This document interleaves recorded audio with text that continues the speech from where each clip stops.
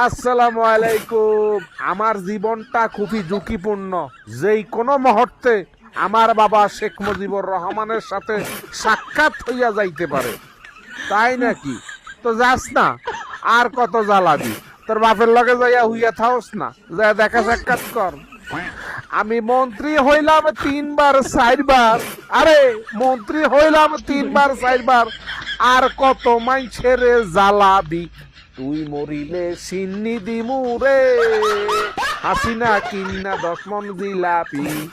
ওই আমি মন্ত্রী হইলাম 4 বার 5 বার, আর কত মাইছের জ্বালাবি?